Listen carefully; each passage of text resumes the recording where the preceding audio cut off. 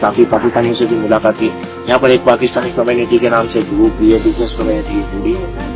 का कल हमने इनको इनवाइट भी किया है यहाँ पर, और मुझे लगता है कि यहाँ पर हमको काफी सपोर्ट भी मिल जाएगा क्योंकि बिजनेस काफी पाकिस्तानी लोग कर रहे हैं, लेकिन इतना लोगों को मालूम नहीं है। मार्केट बहुत अच्छी है और आज हमारे शोरूम की ओपनिंग हुई और मुझे लगता है काफी क्राउड भी है, और यानी हमने जो सोचा था उससे ज्यादा हमको रिजल्ट अच्छा मिला है और बहुत अच्छी बात भी है। और बाकी यहाँ पर आपको कहा है कि टूरिज्म के हवाले से